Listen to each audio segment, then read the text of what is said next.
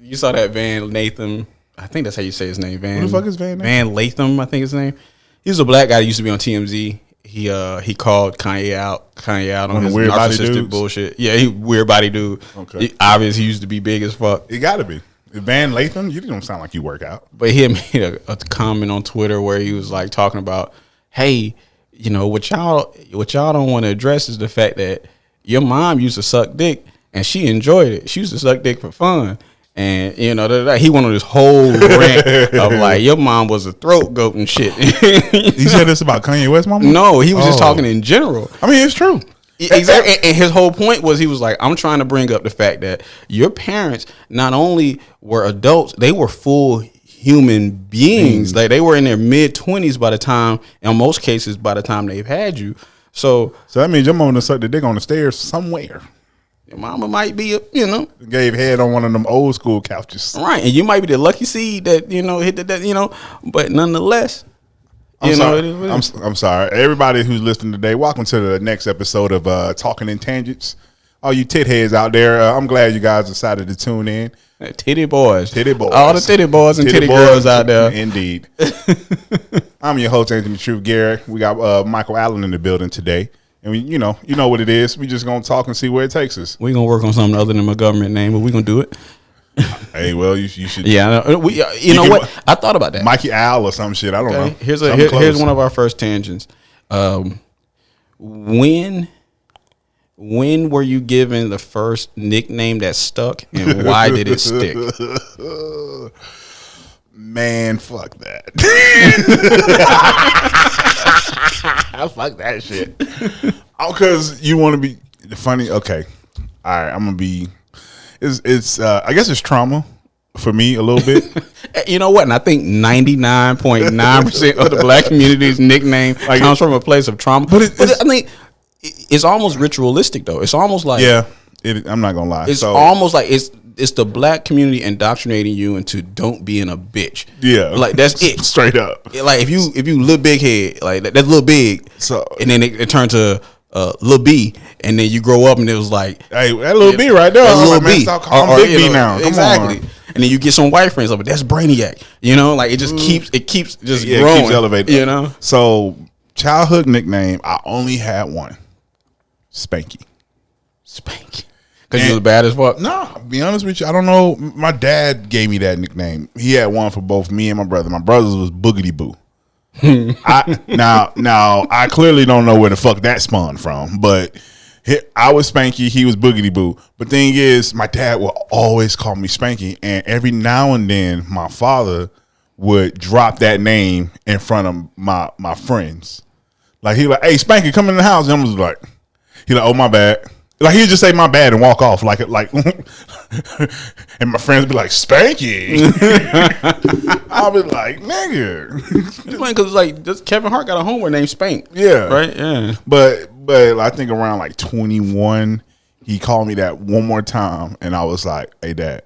Nah, this ain't gonna go. I need you to know that them days are over. He said you should be happy. I was like, I don't need to be happy that my father wants to call me something that he called me. But then it becomes a term of endurement that, and then when you're out in the streets, you can be anywhere on the planet. You can be in the middle of Russia in the war zone, and somebody say, "Hey, Spanky," you're gonna turn around and be like, "This is a friend." Fuck, I don't. Nah, you come on. Realistically, if you are in the middle of a war zone and somebody say, "Spanky," you're gonna turn around and be like, oh shit, I got an ally. No, I'll be like, who the fuck is Spanky? And is he shooting at us? Is that like a fucking dude pretending to say an American word to see if we respect? No, I'm not. Fuck that. Fuck Spanky. I think Spanky was a little rascal. There's something fire about a nickname, and this is coming from somebody who has never in my entire life had a nickname, or at least a nickname that stuck. You know, so you didn't have like a Mikey or nothing? I mean, of course, Mike, but I don't. That's like kind of that's like Ant. Like Ant, yeah, technically is a nickname, but it's just shortening. Yeah, I don't consider shortening part of my name. Exactly. Like, don't call me Tony. My name would never be Tony. Yeah, that's weird. There's another conversation. Like I remember first time I heard somebody call you Tony, I was like, "Who are you talking to?" The whole night he was like, "Tony this, Tony that, Tony." I think it was one of Marcus' friends. Yeah, and I was like, "Who is this?" But then he was like, "Oh yeah," and I was like, "Oh yeah," and then okay, cool. That makes sense. Yeah, okay, yeah, but I don't talk to me. It just seems weird. It seems like an an alias and not a nickname at that point. But you know, I never had like a nickname that fucking stuck, and I was like, damn. And when I was younger, I pride myself in that. I was like, nah, you're not about to shorten me. Like, my parents was intentional. Blah blah blah blah. Super self serious. And as you get older, you start to realize, nah, kinship is cool. Familiarity sometimes can be elusive. So sometimes somebody can come out of nowhere. Yeah, Faces change over years. Somebody come out of nowhere and say, you know, hey, so you know, Mike from fucking Krill Road. You're like, oh shit. Who are you? Yeah. Like, we're on the other side of the planet. Who the fuck are you? How you know that much about me? Yeah, you know. I mean, my middle name for my family was, I guess you can say, a nickname, because that's the name they would call me. It was also a name that I didn't allow people outside of my family to really recognize me as that. Because, like, I remember one time, I think a girl I was dating in high school was at my house, and she heard my aunt referring to me by my middle name and me answering it to it. And then next thing you know, she wants to take liberties and start calling me my middle name. And then I just look at her weird. She was like, but that's your name. I was like, yeah, for my family. He's like, so you can't treat me like your family? I'm like, you're my girlfriend. Yeah. You know me as Anthony. Right. Call me Anthony. Like, you met me at that chapter. You don't just because you research me, don't, you know, that ain't it. Like, my name is Anthony True Garrett, and you can call me Anthony. You can call me True. And that's another thing too. I feel like nicknames are stripes. Yeah. They're stripes. You know. So the thing is, like, funny enough, it's reversed for me. So, like, Truth is a name that most people you can call me that. Anthony is, you actually know more about me. Yeah. Like, you call me Anthony and not Truth, that means you knew me, or you've been around me long enough to. And Reptar, that's if we knew you from a jit. Oh, fuck right. Rodney said that shit. Well, I'm gonna start calling. I'm gonna bring that shit back. Reptar. Whenever you piss me off, I'm like, man, shut up, Reptar. No. Anyway, you know what? Yeah, it's segue to a tangent. Tangent number 2. Why do people like? I will find that offensive. So. But I also don't mind offending people. Like, I actually like offending people. Like, offending people comes. It's like that's an art form. I am trying to learn. I'm actively trying to learn how to. Because there's a way. There's an offense where you make somebody go to the trunk, and there's an offense where you make somebody sit back in their chair and humble them real quick. You know what I'm saying? It depends on that person. Because sometimes you can have, like me. Y'all say I don't like to lose. And for the most part, you would be right. I don't like to lose, but if I see me losing and I see my ass getting handed to me, I'm like, you know what? I'm gonna go ahead and bow the fuck out. You are competitive, but you're not delusionally competitive. Like, you're not that Last Dance Jordan. I took that personal. Like, you're not the type of guy. I mean, I can though. If you legit took it personal, but if it's just like a poker game, you're not gonna take that shit personal. Nah. But you will say, why don't I know how to play poker? Yeah, you know what I'm saying. You'll go. That's healthy, right? But then those people were just like, I can't believe he knew that I couldn't play poker and he beat me like that in front of everybody. It's like, no, nigga, you just trash. Like, it's not that serious. It's true though. It's true because, like, you know, I don't know what it is about me, but the moment I walk in the room or I just get around people, I just get like different comments that show up in my head. Like, I don't know what it is about being able to make fun of people in an instance. It feels like something I had to develop over time inside of my head, and then I just decided to let it out. Like, I can't help to notice that someone's built like a bag of crushed chips. Like, I can't help that this girl is built like a partially crushed refrigerator box.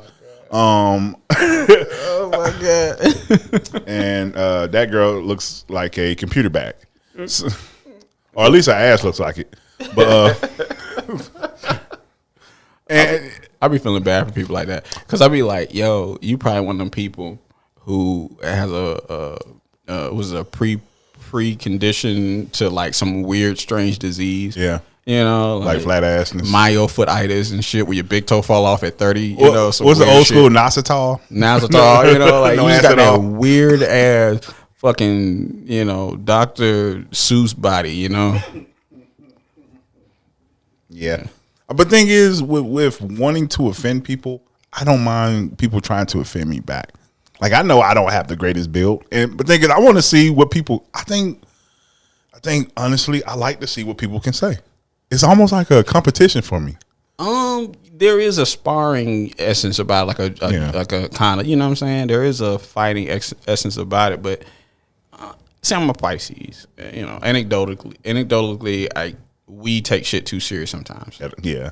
You know, we internalize shit a little bit too much, and we quite frankly. What did you mean? We quite frankly want to blow up your house, but you know, that's so. When I do play, I play with people who know me, and y'all can go there. My people can go there, and I may get mad at my people, but they my people, so we gonna work it out.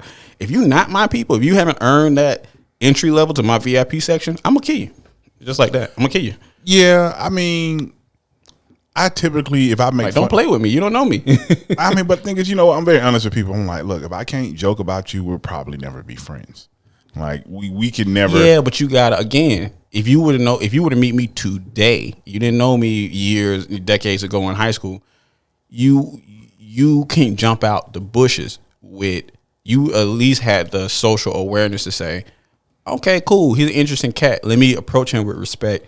And then you get to know me and be like, okay, Mike sensitive, and this I'm gonna do this. But you get it, and you know where to go, where not to go. You know it, and that just takes a level of self awareness on your end and respect out, you know, that you're giving out to the person. And I think a lot of times, I think comedians hide behind this a lot. Well, comedians exploit the fact that I'm joking, with passive aggression.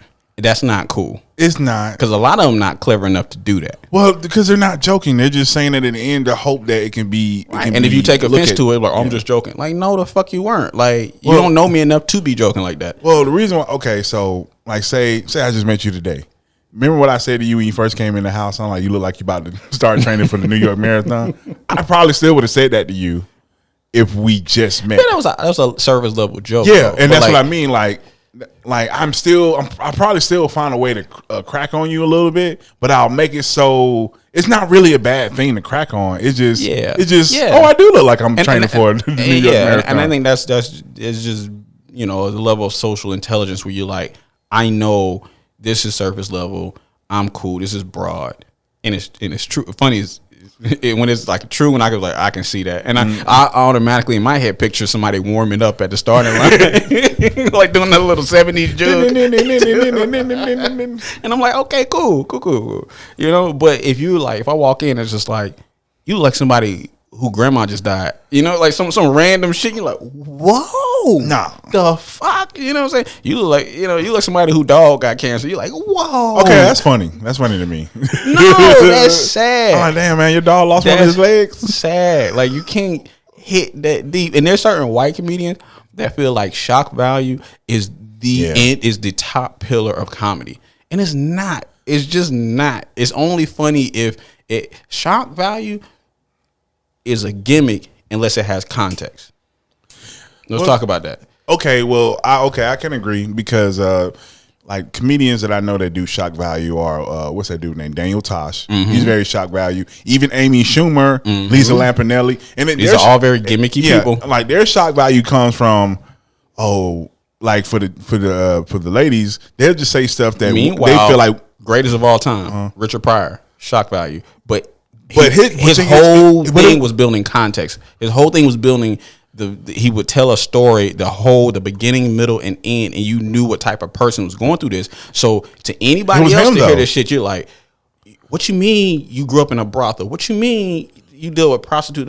You know, and you know what? I don't consider Richard Pryor a shock value comedian because for it to be shock value for me, like it has to have some level of it not being real, like some level of this. It's like someone saying, "Man, hyper exaggeration." There's no real reality to this. He like say a dude be like, "Oh yeah, I'll be at a grocery store and I see little kids sitting there playing and I smile at them, but inside I'm thinking about how I'll kill them."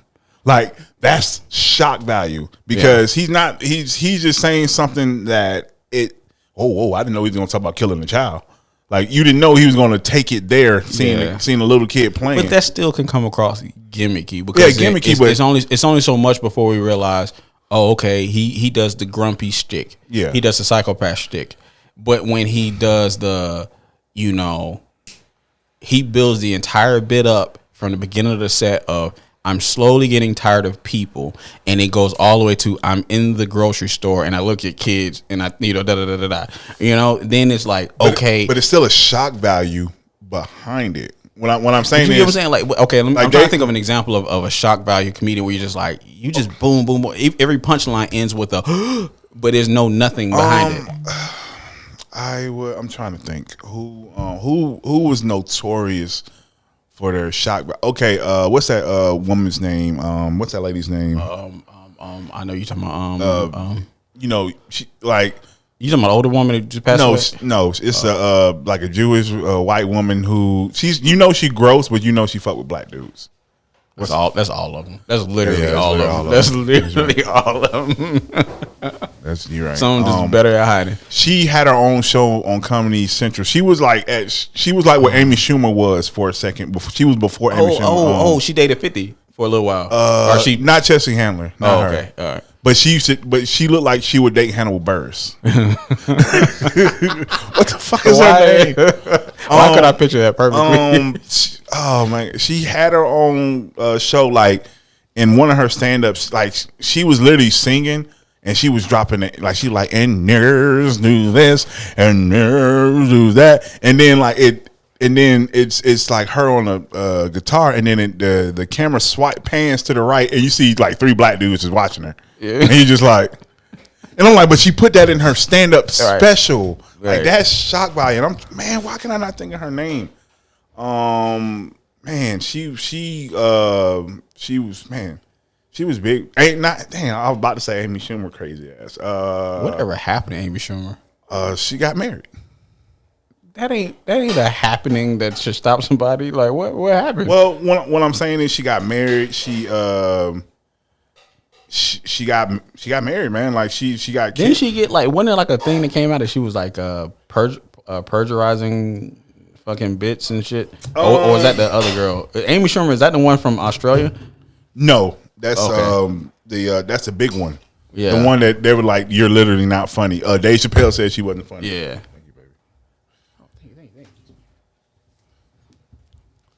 We have a beer provided by my Booski, Rebecca. This episode is sponsored by Rebecca. Rebecca.